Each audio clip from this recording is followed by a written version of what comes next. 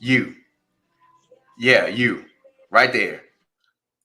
These are the platforms you can check us out on, which is Facebook, YouTube, Instagram at the Exclusive Nights Podcast, and at X at the XK Podcast. But do us a favor, if you're on YouTube, please click that notification bell, hit that subscribe button, and drop a comment at the bottom of the topic bar here. And we would love to comment with you guys. Just chat with y'all and just continue to build the Exclusive Nights Podcast community. And we appreciate you spending your time with us and viewing our shows. It goes a long way to helping out the channel, and we just want y'all to know that we're grateful for it. Ladies and gentlemen, boys and girls, and knights around the realm, it is your boy, HB Prince here. But what I want to say is, he's in the building! That's right, guys. We have the man, the myth, the legend, Eric Knight, back here for this NXT review.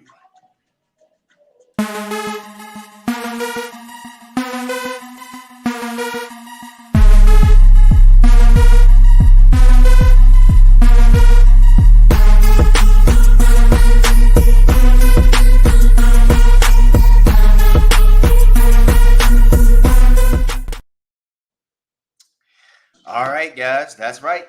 You know what you get when you click the button. It is your NXT review. I am so glad to have part of the Exclusive Nights team back with our host, our humble host, the man, the myth, the legend, Eric Knight himself, joining us. Do you want to say anything before we get started? You want to check in with everybody? Man, look, I just want to say, we've seen the Heartbreak Prince. He's been killing it this week. Hey, just to let y'all know, we're not going to keep stopping when it big. Hey, no, yeah, it's been some big shoes to fill. We're not going to stop dropping content all throughout the week. Just know this is not the end. We're going to keep going. We're going to keep doing this. When it comes to PLE, we're going to be there for that. We're going to be there for everything. So just know the content is not going to stop. Yeah.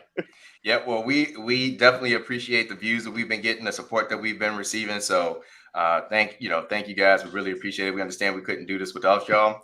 But to get into to why you clicked on the video, we had NXT last night and we had a great show. I enjoyed the show.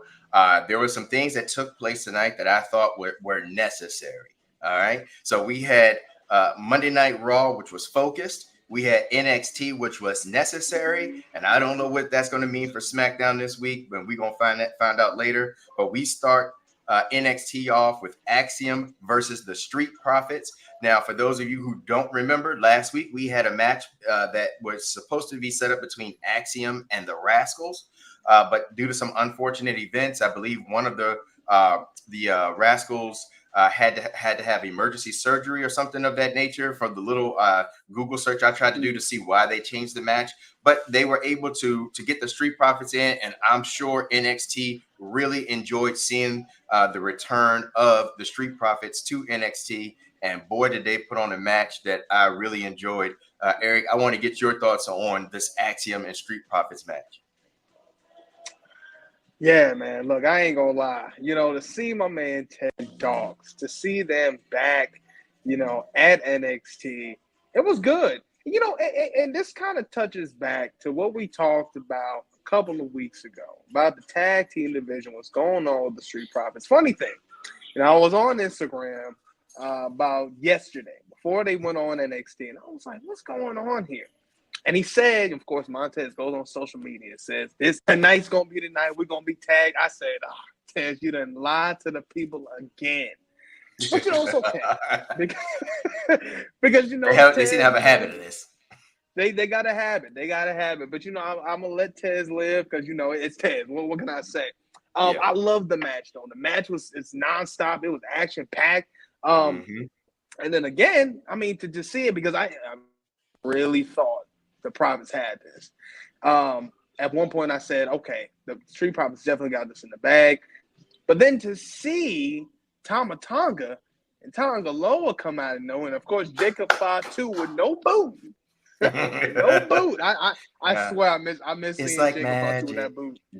That boot, man. It's like, hey, that's That Ariana boot. Grande magic right there. That's so they come out and I mean completely decimate everybody in the ring. Now I do think this is interesting and good for the Street Profits because it does show that there is some, you know, they're keeping them in the loop. They're putting them in storylines and they're showing it obviously with this rivalry because you know the Street Profits have had a rivalry with the Bloodline like a couple of years ago. It was Roman and the Wise Man, but you know I like what they're doing with this though. I'm hoping that this does lead to the Street Profits sooner or later getting the tag team titles.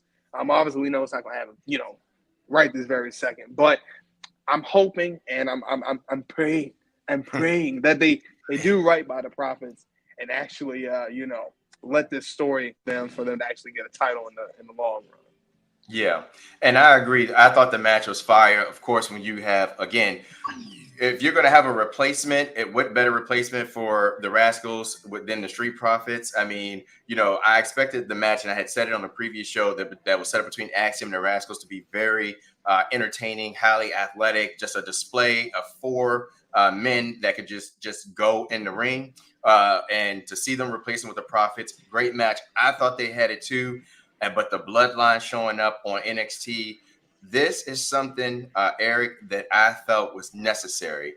And the reason why I say necessary, there goes that word again, is because of the fact that I have been saying for weeks, and I hope and I don't think I'm the only one, but I've been saying for weeks that I feel like the Bloodline has to kind of have some type of build up to be this force or this faction that's of dominance, like they are kind of trying to portray them on SmackDown, but they haven't been that way for me because of, you know, Roman Reigns, you know, is gone, and I don't really take this current Bloodline as serious as, you know, they may want us to do, you know, to take them.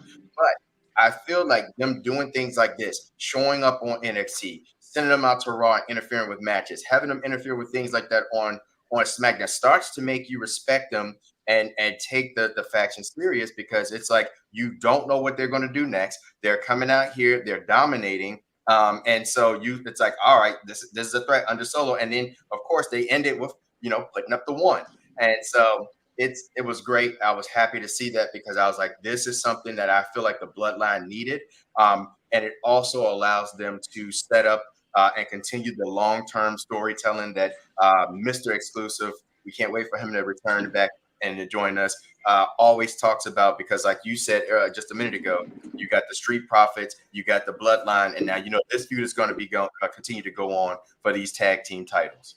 But the transition from that, we had Chelsea Green have a match with Julia, and I want to get your thoughts. Come on, tell me, how did you feel about this? Do you think that this was the proper match for Julia in her debut on NXT? The reason why I ask it that way, let me just phrase this real quick, E. The reason why I ask it that way is because I felt like, did Chelsea Green just take an opportunity from somebody else that's on the roster in NXT to have like their showcase of talent, or have their showcase with Julia? Because Chelsea's already on the main roster. So for her to come down onto NXT, how do you feel about this, especially if she's going to come down and have this match with Julia, which in my opinion, you knew she was going to lose after she just won a match last Friday. What are your thoughts on that? Mm-hmm. Well, it seems like this is kind of the trend that I've seen them doing on NXT. You know, we've seen who else did we see from? I don't know why I can't think. I was literally just thinking about it in my head, but we've seen a few people come from the main. Oh, there we go. Pete Dunne right now. He's been having a huge feud with Trick Williams. And then, you know, I feel like this is something that they're doing. So I'm not opposed to it. I liked it.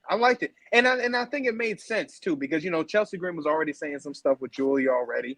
And then when they brought Chelsea Green out. I think what it is with her, I think, we got to look at Chelsea Green like, girl is gold. Okay. The girl is entertaining. Everything about her, she's entertaining. She can get about maybe 3-4 minutes in, and I promise you're gonna remember those 3-4 minutes when she was in there.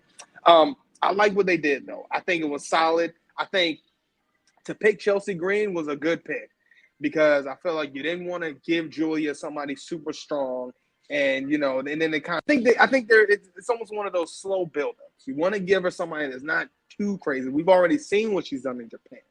But let's just kind of ease her in. Now, I don't think, Chelsea Green, cool.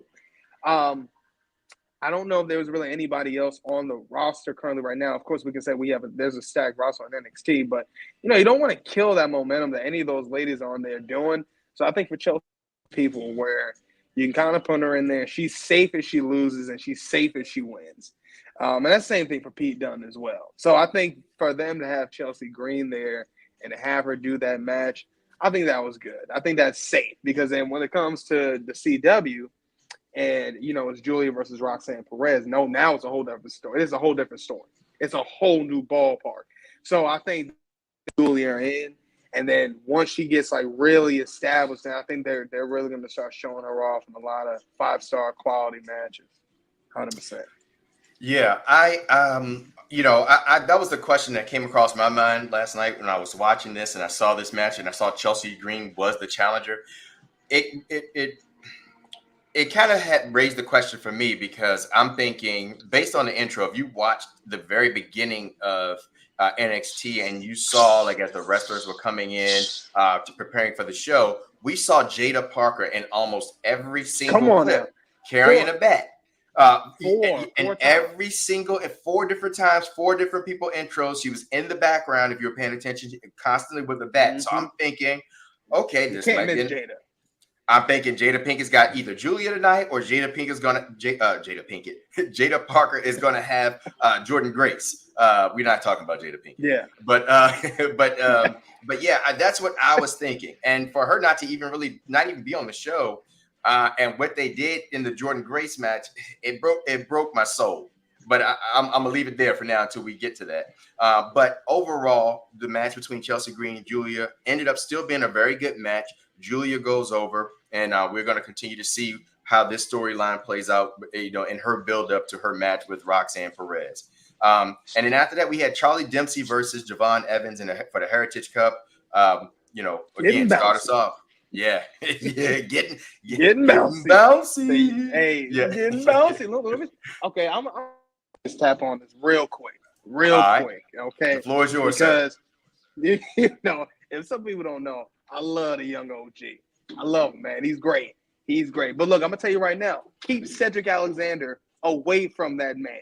Keep him away from him. I didn't like what they did with that. This is my thing. I'm not the biggest fan. Like I love Cedric, man. I love him. I think everything about his athleticism in the ring, A1. My skills wasn't the best. I think he had his chance with the Hurt Business, but that was kind of foiled up. But I think now, like I see a couple other people. They'll some people online will say, some black wrestlers don't have too many different types of styles or gimmicks, and how come, there isn't just a wrestler. And, that's what Cedric Alexander is. But the problem is he just can't talk on the mic. And I think sometimes, like, I love Cedric to death, but at times I'm like, man, my man comes off as corny. And I just don't like that. But at the same time, this might be something that Cedric needs. Sometimes you might need your little young bull to come and help you out. You might need that to kind of get, spring you together. See, and that's the thing with Ced. I'm not like when they doing him neither. You place him with Adonis. That does nothing. That's a joke. That becomes a joke because y'all did that with a tag. That was a joke. Now you got him with the young OG. I hope you can get bouncy because at this point, if you're not, hey, this said. So that being said, I say that to say, again, the young OG, keep doing your thing, man. We love what you're doing. Keep getting bouncy on them. And yeah, hopefully Ced, well, maybe whatever you got, can rub off of him because he's gonna need it. He's gonna need Yeah, I agree. Javon Evans, I love him in the ring. He's such an athlete, and it's just a natural thing for him. You can just tell. He has that Montez Ford like athleticism to him that you just appreciate.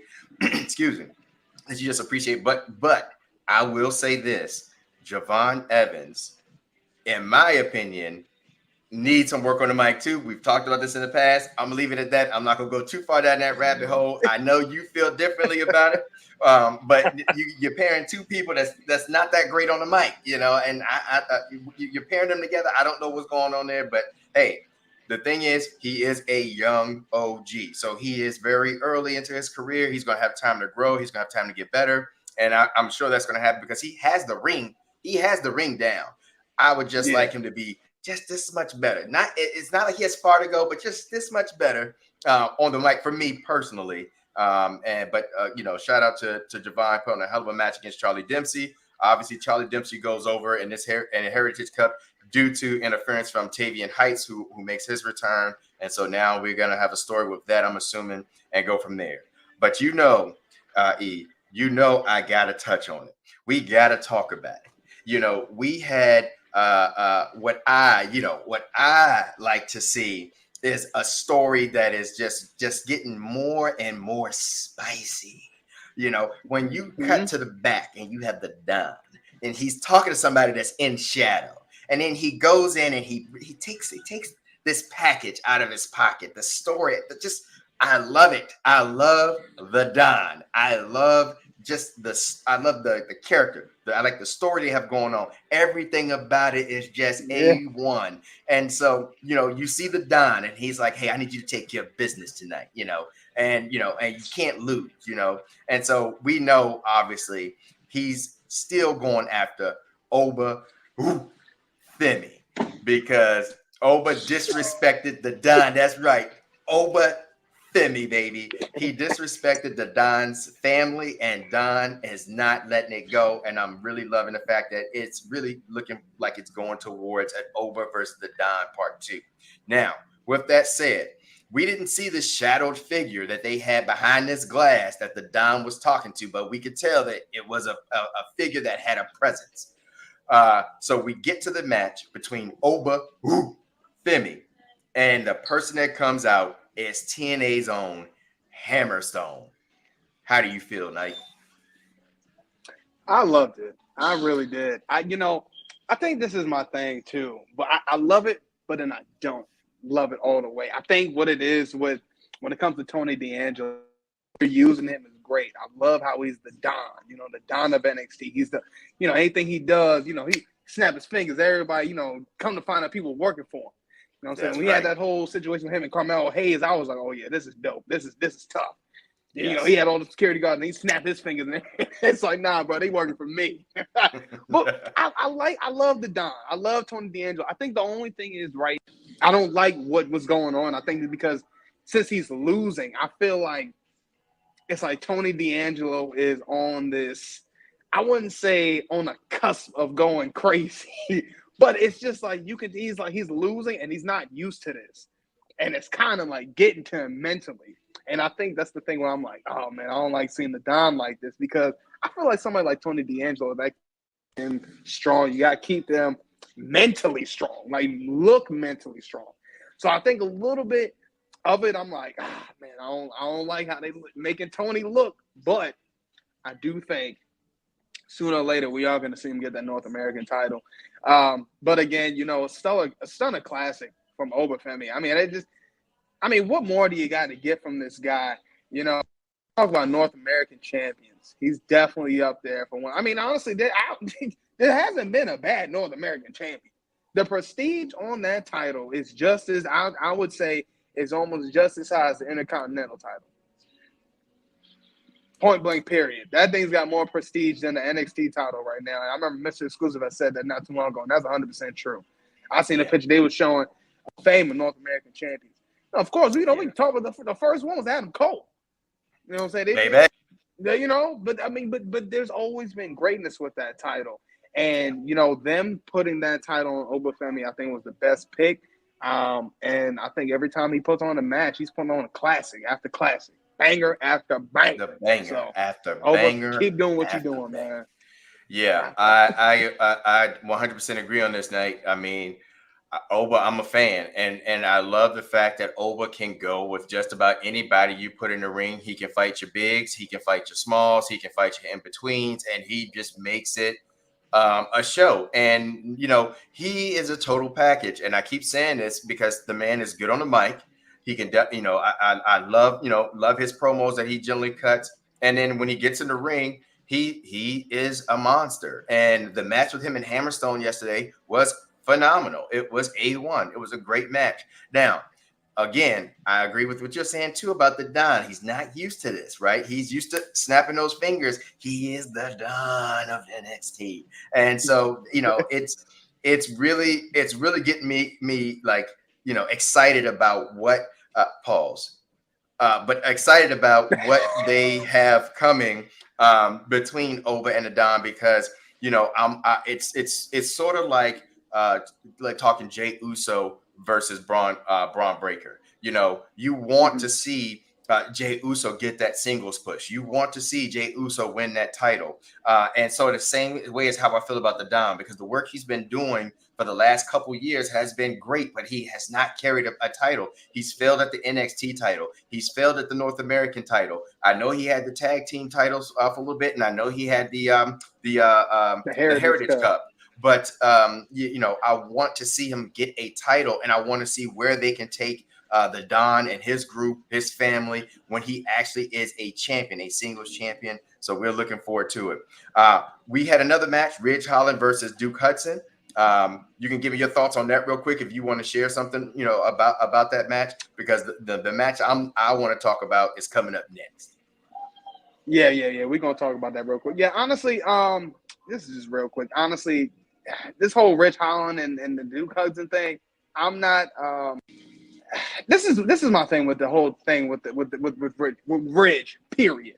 I think a couple years ago when he actually accidentally injured Big E, I said you guys need to get this man out of the ring. I said there's something going on because he had a couple of mishaps. I think so far since he's been back in NXT, he's definitely got so much better.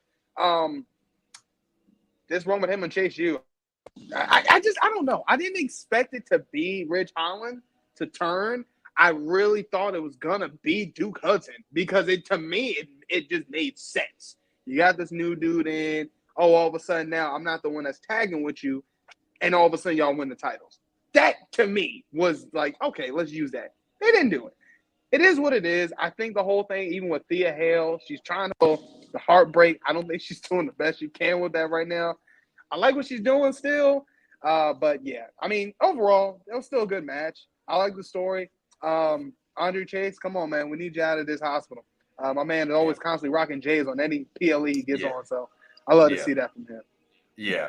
I'm with you on the Ridge Holland thing. The turn, I mean, I was like, oh, it's a little early. I thought he was just getting ready to start going down a pretty decent path, but he took the turn. I mean, he's playing the role well, and the feud that they have going on is pretty entertaining, but they did put on a good match. And Ridge goes over in it, and that's all we'll say about that for now, because again, that story is going to continue, obviously, and it's like I said, it's interesting. But what was more interesting for me was Jordan Grace defending her Knockouts championship on NXT, and all of us wondered who was going to be the challenger, and it broke my soul, y'all. It broke my soul, Ruka. Did it break your soul or did it snatch your soul, Ruka? It did both, and Soul Snatcher. For those of y'all there that's not the Soul Snatcher, every time I say that, every time I think of that move, every time I think of that finisher, I think greatness. Again, it's in my top 3 finishers of all time. But Jordan Grace, Soul Ruka, when I saw her come out, my heart just instantly fell because I said, oh no, not again. E, tell me what you thought. Yeah, man. Look, I'm not gonna lie. I'm almost to the point where we're coming up to a list of people that get multiple title shots and just cannot finish it. Jey Uso is now on that list. Sol Ruka, and I'll put Jada Parker on there too. Because this is, and honestly, I'll put Tony D'Angelo on this list because this is crazy. Honestly, the Don. This is crazy. I love Sol Ruka, but it's like, how many title shots could be given this girl? And we're not going to give her nothing. Now, again, we know we're not going to have anybody from TNA or anybody from NXT win a TNA champion. We have not yet to see that crossover happen at all yet. Maybe sometime down the road, but I don't see this happening anytime soon. Sol Ruka, you have her come out there. She puts on these 5-star matches, and then it's just like, come on. We got to get this girl something. Again, if y'all kept with the tag titles, y'all could have put her and Kalani together, made that a tag team. That would have been nice. But again, overall, I mean, Jordan Grace coming on there, she puts on. Yeah, first of all, y'all are lucky she is gracing y'all with her presence in the ring. Amen. That is thick mama pump up there. Okay? Look. Let's go. Let's go. That man, she's been working. And honestly, to see the progress she's done in Impact, like she never, first of all, for her to be the size that she is now, she wasn't even like that. She was a lot bigger. And she really lean cut and got clean. And ever since then, I mean, she has been putting on some of the best matches when she steps in that ring. So again, I mean, it was a great match. I loved it. But again, it's always a heartbreak of Sol Ruka. Just to kind of see her, she's just not getting over that hump. But I think it's that same thing where, it might not be the time right now. It's definitely gonna come. And I think we just got to give it some time. It's hard, pause, but we gotta give her some time. Yeah, I mean, like you said, it was a great match. At the end of the day, nights, it broke my mind, my body, and my soul, Ruka. And so to finish off the night, a strong night of NXT, Trick Willie Wonka versus Butch, and I'm gonna let you share your thoughts, E. Hey man, look, that match right there. You want to talk about some kind of storyline that's going on with Trick Willie Wonka. I'll be honest with you, man. That was a great match. That last standing match was something. I think, also we got to look at it too. Trick turned into a side character and has become a main character. Has really thrived. When we look at this man just in the ring, I'm thinking to myself, bro, you are getting better every time. And to see him and Pete Dunne, first of all, Pete Dunne just had a fatal 4-way match the night before. So I was like, bro, I'm telling you, this man is out here doing, I swear, and I said this before, Pete Dunne's out here just completing. There is nothing else that this man is doing right now besides completing side matches. Because you had a stellar 5-star match in the fatal 4-way, which we obviously seen Bronson Reed go crazy at the end of that match. But then you come to the next night and you put out another banger. I mean, that last man standing match was insane. It was incredible. Then to see Ethan Page even come out and try to distract Trick Willie. Oh, no, not for him. What did he do? He got up at the count of 8, flipped Ethan Page over onto the announce table, went through the announce table, and won the 10 count to win the last man standing match to face Ethan. I loved it. And you know what else, man? I think I'm really starting to think. I think Trick Willie is going to get that title back. I think it is. I think he is. I think he's going to get it now. Pause. And I definitely think he's going to have that title a little bit longer. And I do think the next time he has it, if he loses it, he's definitely going to have that title for at least, I think maybe till Mania. Maybe if they give it to him that long, I think maybe till Rumble. But overall, great match. 10 out of 10. Great way to end the show. They had a banger beginning, and I think they ended it off very well. And Chef Sean, keep cooking it up, boy. Yeah, I agree. I was happy to see Trick Williams go over on Butch. That's right, Butch. See him go over, and but Pete Dunne really does bring out the best in a lot of wrestlers. He's very good in the ring, and he's probably underrated. But yeah, Trick Williams, you can definitely see his improvement and see how much better he's getting in the ring, his in-ring talent. I'm excited about this one-on-one with Ethan Page because, I've always hated how he lost the NXT title. And so, if even if he loses against Ethan Page, at least they had an actual one-on-one match.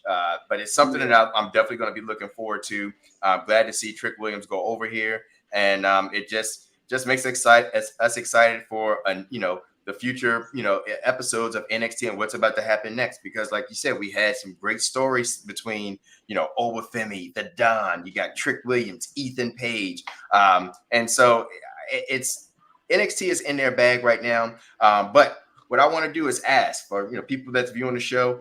Please share your thoughts, your comments down below about your opinions on this show, your opinions about some of the better storylines that you think are going on right now at NXT, and we would appreciate it. We'll hop down and chat with you guys. But before we end, I'd like to remind everybody you can definitely check us out on Facebook, YouTube, Instagram at the Exclusive Nights Podcast, and on X at the XK Podcast. And with that said, ladies and gentlemen, the journey continues to be the best there is, the best there was, and the best there ever will be. And to make sure, obviously, that's right, to make sure that your nights, ladies and gentlemen, your nights will never be the same.